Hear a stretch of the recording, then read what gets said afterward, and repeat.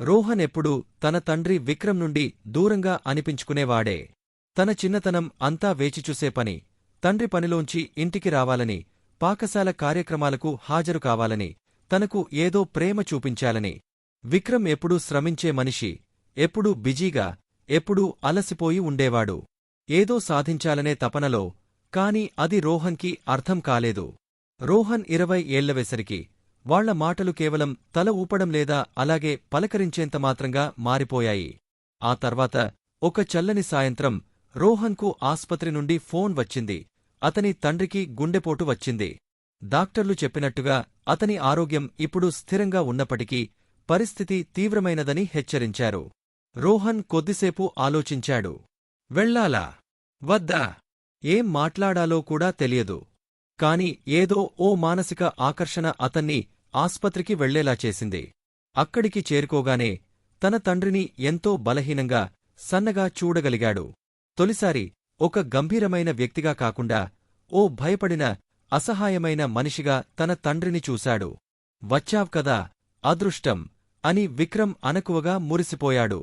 రోహన్ మౌనంగా తల ఊపి అతని పక్కనే కూర్చున్నాడు.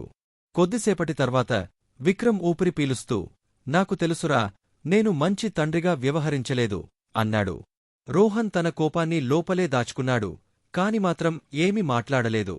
విక్రమ్ తన వణుకుతున్న చెయ్యిని ముందుకు చాచి, నేను నీకోసం ఏదో ఉంచాను అన్నాడు.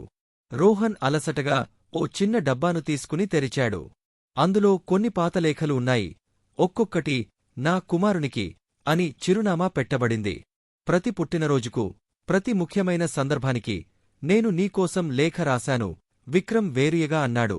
కాని నేను నీకు ఇవి ఇచ్చే ధైర్యం చేయలేదు. రోహన్ చేతులు వణికిపోతుండగా మొదటి లేఖ తీసుకున్నాడు. నా కుమారుని మొదటి పాఠశాల రోజు గురించి. ఆ తర్వాత మరొకటి, నా కుమారుని ప్రేమలో పడిన రోజు గురించి.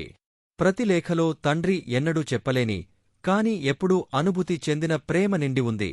రోహన్ కళ్లల్లో కన్నీరు పొంగింది. ఏంరా, ఈలోటు భర్తీ అవుతుందా? విక్రమ్ స్వరంలో కంపనం. రోహన్ మెల్లగా తన తండ్రి చేతిని పట్టుకున్నాడు.